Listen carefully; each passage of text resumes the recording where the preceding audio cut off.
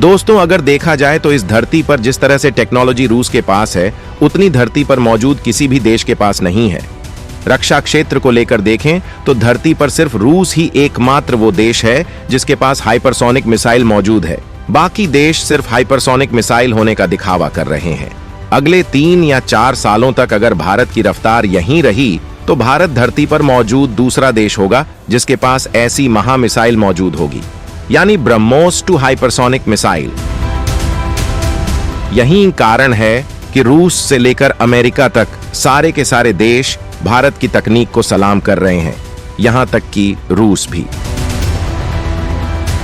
दोस्तों, रूस यूक्रेन युद्ध के बाद दुनिया ये कहने लगी थी कि भारत और रूस की दोस्ती में खटास आने लगी है।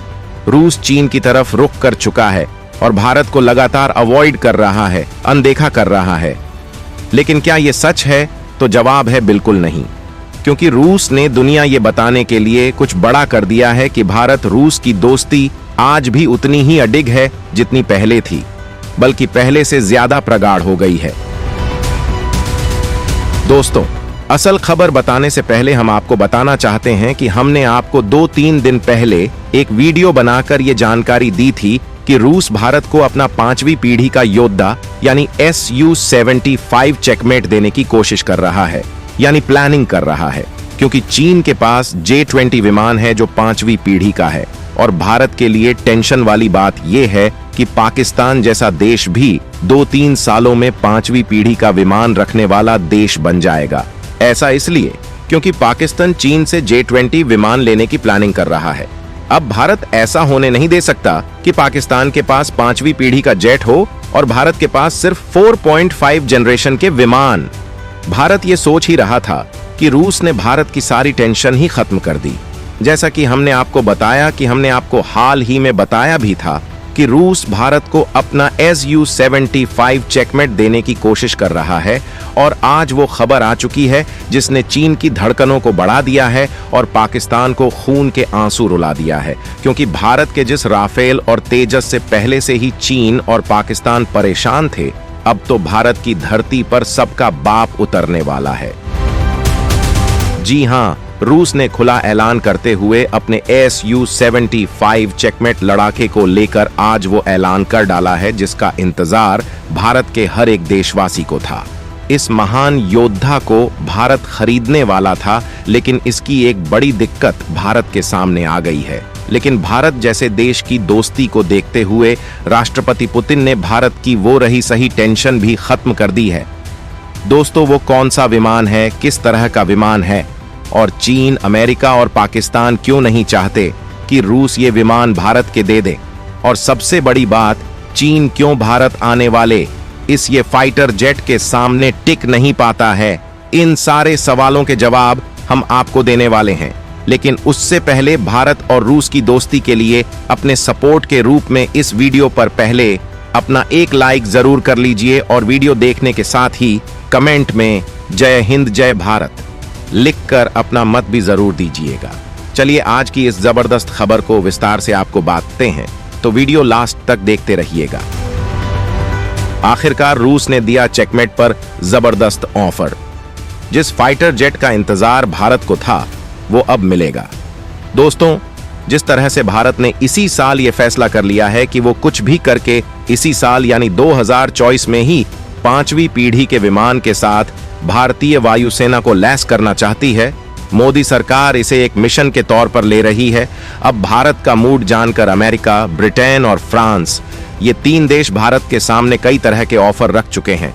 अमेरिका F-35 लाइटनिंग दे रहा है तो फ्रांस सुपर राफेल F-5 का ऑफर दे चुका है।